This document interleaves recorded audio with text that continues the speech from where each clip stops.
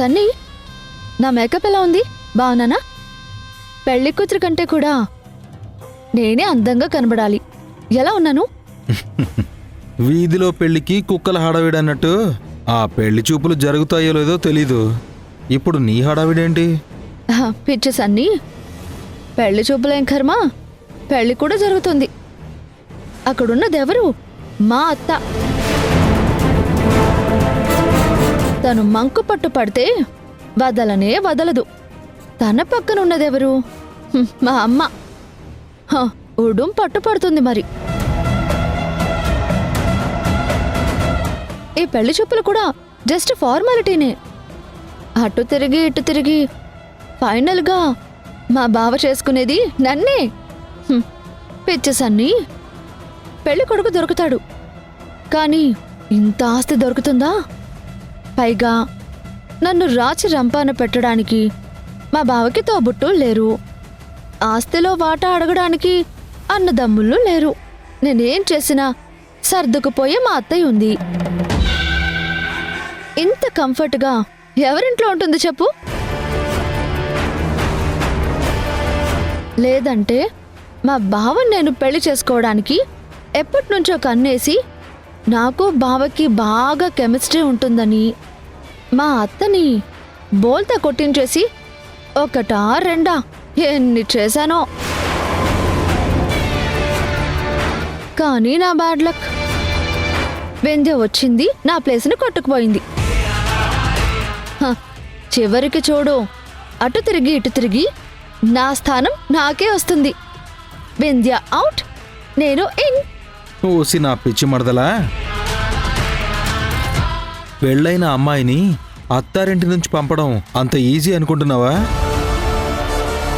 రాజేష్ 3 ముళ్ళు వేసిన తాళి తన మెళ్ళో ఉంది. తాళి అంటే అదేదో తాడు బొంగరం కాదు, ఎప్పుడు పడితే అప్పుడు తీసేయడానికి, ఎప్పుడు పడితే అప్పుడు కట్టుకోవడానికి. అది చాలా పవిత్రమైంది.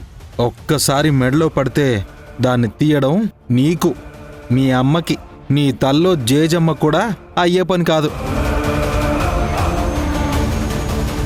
గంగిరెద్దులా తయారయ్యి ఏదో ఆరాట పడుతున్నావు గాని అసలు ఈ పెళ్లి చూపులకి రాజేష్ ఒప్పుకోవాలి కదా. ఒకవేళ పెళ్లి చూపులకి ఒప్పుకున్నా ఆ అమ్మాయికి రాజేష్ నచ్చాలి కదా. ఒకవేళ నచ్చినా మీరు చెడగొట్టినా ఈ పెళ్లి జరగడానికి సంధ్యా వింధ్య ఊరుకోవాలి కదా. ఎన్నున్నాయి, ఇదంతా జరిగే పని కాదు గాని. చిన్ని, నువ్వు చెప్పు, ఈ పెళ్లి నిజంగా జరుగుతుందనే నమ్మకం నీకుందా? పెళ్లి లేదు, పెటాకులు లేవు. ఎక్కడ జరుగుతుందండి? అమ్మాయిని చూసుకోవడానికి పెళ్లి చూపులకి వెళ్దామనుకోవడమేంటో, ఆవిడని తప్పించి మౌనిక పెళ్లి చేసుకోవాలనుకోవడమేంటో, ఇదంతా ఏదో సినిమా కథలా ఉంది. ఇదేమీ జరిగే పని కాదు. ఏదో తిను ఆరాట పడుతుంది కదా అని మేకప్ వేసి హెయిర్ స్టైల్ చేయమంటే చేశాను. వీళ్ళనుకున్నది ఏమీ జరగదు. ఈవిడ ఆరాటం, పెన్నే పోరాటం. ఇలాంటివి ఎన్ని చూడలేదు. విన్నావు కదా, కాపురాలు కూల్చడం వేరు, కట్టుకున్న భార్యాభర్తల్ని వేరు చేయడం వేరు. ఈ పెళ్లి చూపులు జరగవు, ఈ పెళ్లి కూడా జరగదు. రాసి పెట్టుకో చిన్ని. దీనికి భవిష్యత్ అంతా అర్థమైంది. మనకి బోల్డన్ని పనులున్నాయి, పద. ఆగు, నువ్వు పట్టవు గాని ఉండు, రా. ఇంత కష్టపడితే పెళ్లి చూపులు జరగవు అంటున్నాడు. ఏంటో వీడి కాన్ఫిడెన్స్. అంటే బావని నేను పెళ్లి చేసుకోలేనా? ఇప్పటికి కూడా బావ నాకు దక్కడా? లేదు, నా బావ నాకు కావాలి. అమ్మా, అమ్మా! వింధ్య, ప్లీజ్ నువ్వు బాధపడకు, నేనేదో ఒకటి చేస్తాను. కాదే, నైట్ అంతా నాకు నిద్ర పట్టలేదు. యువతల అత్తయ్య ఎమోషనల్ బ్లాక్మెయిల్ చేస్తున్నారు. ఆయన గురించి నాకు తెలుసు. ఆయన వాళ్ళ అమ్మ నాన్న లేనిది ఆయన బ్రతకలేరు. ఖచ్చితంగా ఈ పెళ్లి చెప్పులకు ఆయన వెళ్తారు. ఈ తతంగం అంతా మొదలైతే పెళ్లి ఫస్ట్ నైట్ అని అసలు వాళ్ళు చాలా దూరం వెళ్ళిపోతారే. నా జీవితం అధోగతి పడుతుందని నాకు భయంగా ఉంది. నాకు నువ్వు తప్ప ఇంకెవరూ లేరు. మా అమ్మ నాన్నకి చెప్పుకోలేని పరిస్థితి నాది. అసలు అసలు నాకేం చేయాలో అర్థం కావట్లేదు. వింధ్య, నేను చెప్పేది ఒకసారి పూర్తిగా విను. నువ్వు కంగారు పడితే ప్రాబ్లం సాల్వ్ అవ్వదు. నాకు కొద్దిగా టైం ఇవ్వవే. ఇంకా పెళ్లి చూపులకి వెళ్ళలేదు కదా, రాజేష్ గారు నిర్ణయం తీసుకోలేదు కదా. సరే, నువ్వు అనుకున్నట్టే రాజేష్ గారు వాళ్ళమ్మ మాట విన్నాడే అనుకుందాం. పెళ్లి చూపులకి వెళ్ళినంత మాత్రాన పెళ్ళి అయిపోయినట్టేనా? నేను చూసుకుంటాను. నువ్వు టెన్షన్ పడి నన్ను టెన్షన్ పెట్టకు, ఓకేనా? ఏదో ఒకటి చెయ్యవే, నాకేడుపు వస్తుంది.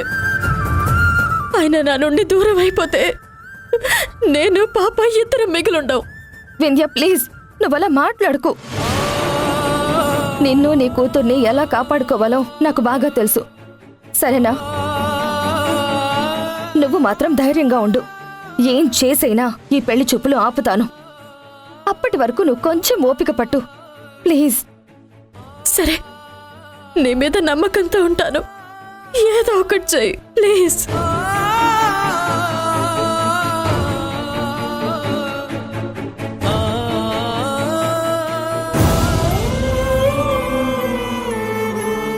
వింధ్య,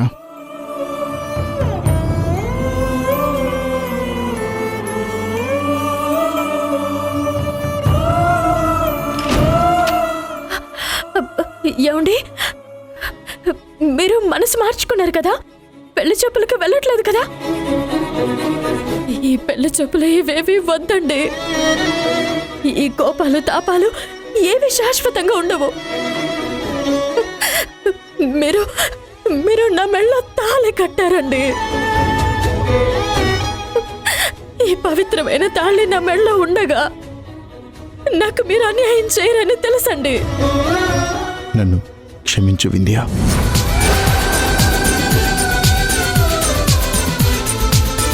క్షమించమంటున్నారేంటండి?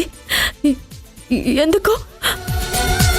నీకు నేను ఆల్రెడీ చెప్పాను, నేనొక అసమర్థున్నని. కట్టుకున్న భార్యకి, కన్న తల్లికి సమాధానం చెప్పలేక మధ్యలో నలిగిపోతున్న చేతకాని వాణ్ణి. అమ్మని వదులుకోలేక, నాన్నని వదులుకోలేక, నీకు న్యాయం చెయ్యలేక నలిగిపోతున్నాను. నీ మెడలో తాళి కట్టాను. నువ్వు నన్నే నమ్ముకుని వచ్చావు. నేనేంటో, నా పేరేంటో తెలుసుకోకుండా, ముందు వెనక ఆలోచించకుండా నీ స్నేహితురాలి కోసం పెళ్లి చేసుకొని నాతో కాపురం చేశావు. వచ్చిన దగ్గర నుంచి నేనే ప్రాణంగా బ్రతుకుతున్నా. అలాంటి నీకు నేను ఈరోజు అన్యాయం చేస్తున్నాను. అమ్మని, నాన్నని వదులుకోలేక, కట్టుకున్న భార్యని, కూతుర్ని వదులుకోవాల్సి వచ్చిన దౌర్భాగ్యమైన పరిస్థితి నాది. ఈ పెళ్లి చూపులు ఆగిపోతే బావుండని, మా అమ్మ మనసు మారితే బావుండని అందరికంటే ఎక్కువగా నేనే కోరుకుంటున్నాను. కానీ ఏమీ చెయ్యలేని నిస్సహాయ స్థితిలో నీకు క్షమాపణ చెప్తున్నాను. ఏదైనా మిరాకిల్ జరిగి మనిద్దరం కలిసుంటే బావుండని రాత్రంతా దేవుణ్ణి వేడుకున్నాను.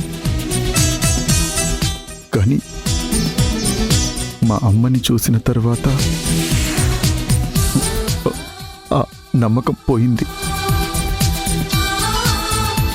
I'm very sorry Vindhya. I love you Vindhya.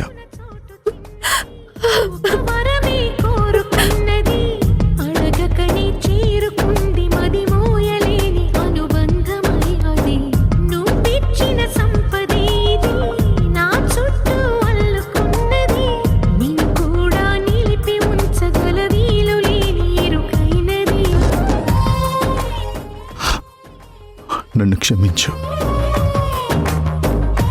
నేను ఎవరికీ న్యాయం చెయ్యలేని అసమర్థుణ్ణి. కట్టుకున్న భార్య కూతురు ఉండి కూడా పెళ్లి చూపులు ఆపుకోలేని పరిస్థితిలో ఉన్నాను. I'm very sorry. ఏమండి ఏమండి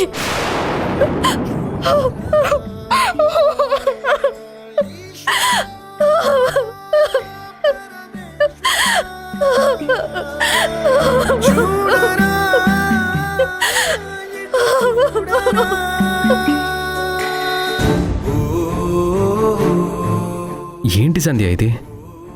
వింది అలా ఫోన్ చేసి ఏడుస్తుంటే నువ్వింకా మౌనంగా ఉంటావేంటి?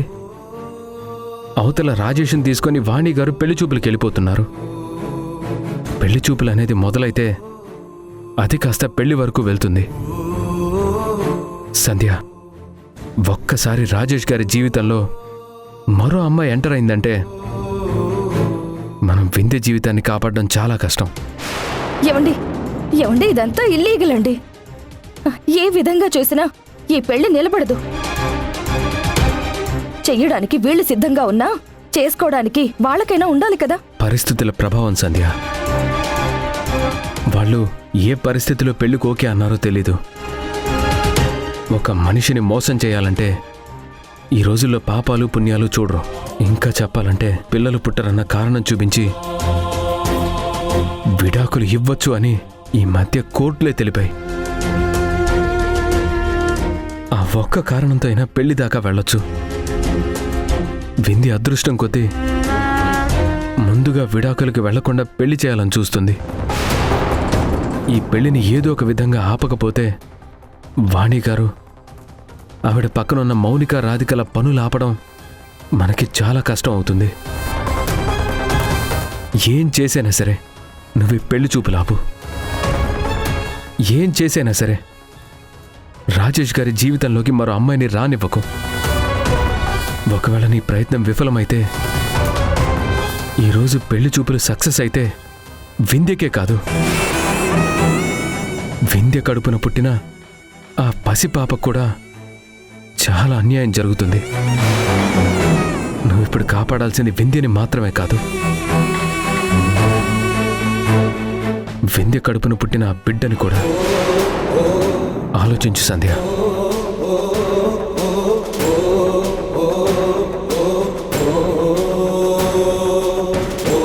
వింధ్య కడుపున పుట్టిన బిడ్డ కాదండి, నా కడుపున పుట్టిన మన బిడ్డ.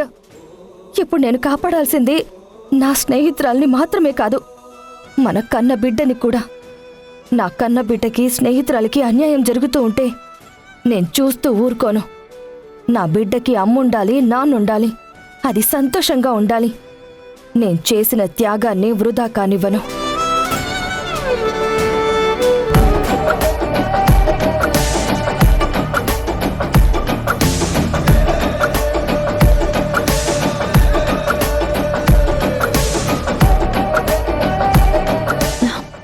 మమ్మీ, అమ్మీ, నా సారీ ఎలా ఉంది? ముందు నా సారీ ఎలా ఉందో చూడు. Super mummy. నీ సారీ కూడా సూపర్ గా ఉంది. హ్మ్, ఏది మనిద్దరం కలిపి సెల్ఫీ తీసుకుందాం. మ్మ్. హ్మ్, హ్మ్. హ్మ్. మమ్మీ, నా వైపు బాగా రావట్లేదు, నువ్వైతే. మ్మ్. సరే. అబ్బా, నా వైపు కూడా సరిగ్గా రావట్లేదు. సన్నీ, ఇలా రా.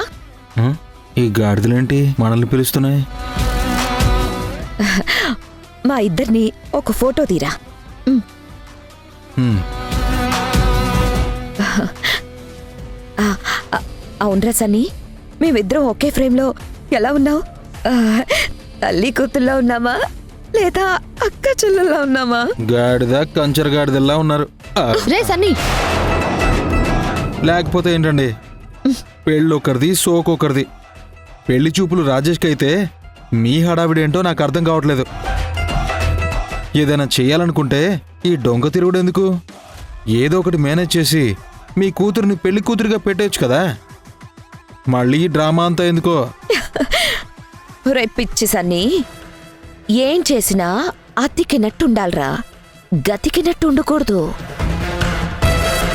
కొంపలు కూల్చినా చాలా పద్ధతిగా కూల్చాలి. చేసేదే పనికి మాలిన పనులు, మళ్ళీ దానికో పద్ధతి కూడానా? మీరు వెళ్ళేదే పెళ్లి చూపులు చెడగొట్టడానికి. అవి అవుతాయా పాడా? దీనికే ఇంత సోకులు సింగారాలు అవసరమా? ఒరే, పెళ్లి చూపులు చెడగొడతామని నీకెవర్రా చెప్పింది? ఆహా. మేము చూపుల్లో చెడగొట్టాం, పెళ్ళే చెడగొట్టేస్తాం. ఆ?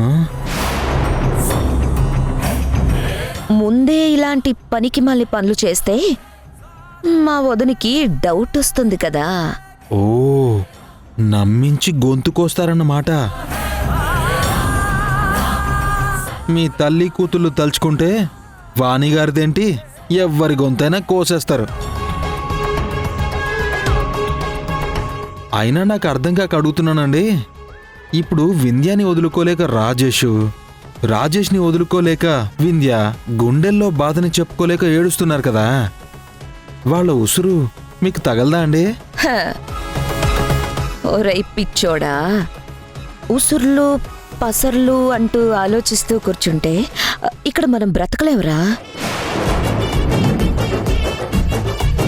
అలా అనుకుంటే ఎంతమంది ఆడపిల్లల మెళ్ళో తాళి తెంచలేదు, ఎంతమందిని మోసం చేయలేదు. ఛీ! ఏం బతకండి, సిగ్గు అనిపించట్లేదా? అసహ్యం అనిపించట్లేదా? ఇంత పాపిష్టి పనులు చేస్తే పురుగులు పడి చేస్తారని మీకెప్పుడు అనిపించట్లేదా అండి? పిచ్చి సన్ని, మనం పోయాక పురుగులు పడుతున్నాయా లేదా కాకులు ముడతాయా అని ఎవరొచ్చి చూస్తారా? ఉన్నంత కాలం మన పొట్ట మనం చూసుకోవాలి కానీ పాప పుణ్యాల గురించి అస్సలు పట్టించుకోకూడదురా. అసలు ఈ రోజుల్లో అయ్యో పాపం అన్నవాళ్ళు సంతోషంగా దర్జాగా బ్రతికిన వాళ్ళని ఒక్కడిని చూపించు. ఇక్కడ ఒకడి పొట్ట కొట్టినవాడు తప్ప పొట్టకూటి కోసం న్యాయంగా ఉండేవాళ్ళు ఉండర్రా. అయినా నీతి నిజాయితీ గురించి నా దగ్గర మాట్లాడతావేంట్రా? నువ్వు అసలేం కంగారు పడకు.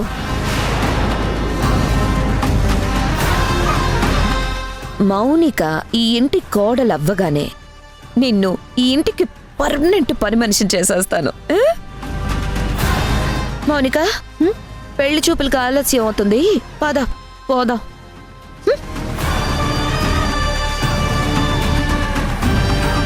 పర్మనెంట్ పని మనిషిని చేస్తుందంట. ఇదేదో గవర్నమెంట్ జాబ్ మరి, పర్మనెంట్ చేయడానికి. అయినా నా గ్రహచారం బాలేక వీళ్ళ దగ్గర పనిచేస్తున్నాను కానీ వీళ్ళు చేసేదే పాప పనులు. ఆ పాపపు తిండి తిని నేను కూడా ఏం బాగుపడి చేస్తాను. ఈ ఇంట్లో నుంచి నేను ఎప్పుడు బయటపడతానో ఏంటో. లేదు, నా కూతురికి వింధ్యకి అన్యాయం జరగకూడదు.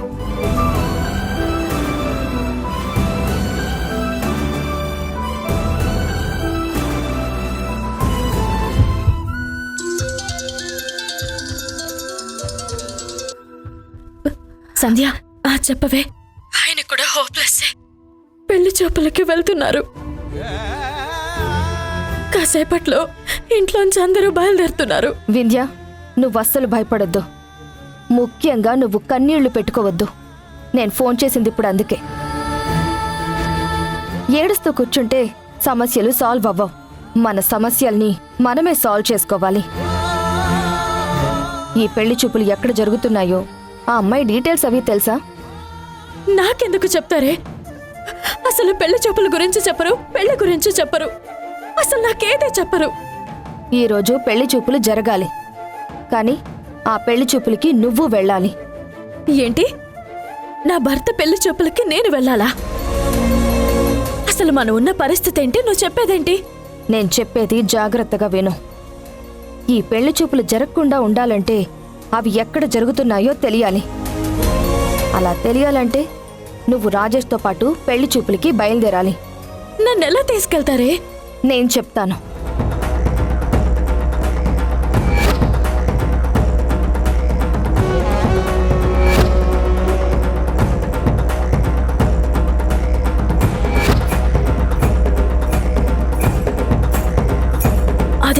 వర్కౌట్ అవుతుందంటావా? ఖచ్చితంగా వర్కౌట్ అవుతుంది. నువ్వు వాళ్ళతో పాటు కార్ ఎక్కిన తర్వాత ఫోన్లో లైవ్ లొకేషన్ నాకు షేర్ చేయి. నేను ఫాలో అవుతూ వస్తాను. మనిద్దరం ఉండగా ఈ పెళ్లి చూపులు ఎలా జరుగుతాయో, నీ భర్త జీవితంలోకి నువ్వుండగా వేరే అమ్మాయి ఎలా వస్తుందో నేను చూస్తాను. అది ఓకేనే, కానీ ఒకవేళ నువ్వు చెప్పినట్టు ప్లాన్ వర్కౌట్ కాకపోతే, నన్ను వాళ్ళతో పాటు తీసుకెళ్ళకపోతే, వాళ్ళు ఎక్కడికి వెళ్తున్నారో నాకు చెప్పరు కదా. మనం అక్కడికి వెళ్ళకపోతే పెళ్లి చూపులు సక్సెస్ అయిపోయి పెళ్లి ఫిక్స్ చేసుకుని వచ్చేస్తారు కదా. వింధ్య, నువ్వప్పుడే నెగిటివ్గా మాట్లాడతావేంటి? నెగిటివిటీని కూడా పాజిటివ్గా మార్చుకోవడమే జీవితం అంటే. నువ్వు వెంటనే వెళ్ళి నేను చెప్పినట్టు చెయ్యి. ఈ పెళ్లి చూపులకి నువ్వు వెళ్తున్నావు, నేను వస్తున్నాను. నువ్వు వెళ్ళి ఇప్పుడే వెంటనే రాజేష్ గారితో మాట్లాడు. ఆలస్యం చేయకు, త్వరగా వెళ్ళు. ఇదిగో ఇప్పుడే వెళ్తాను.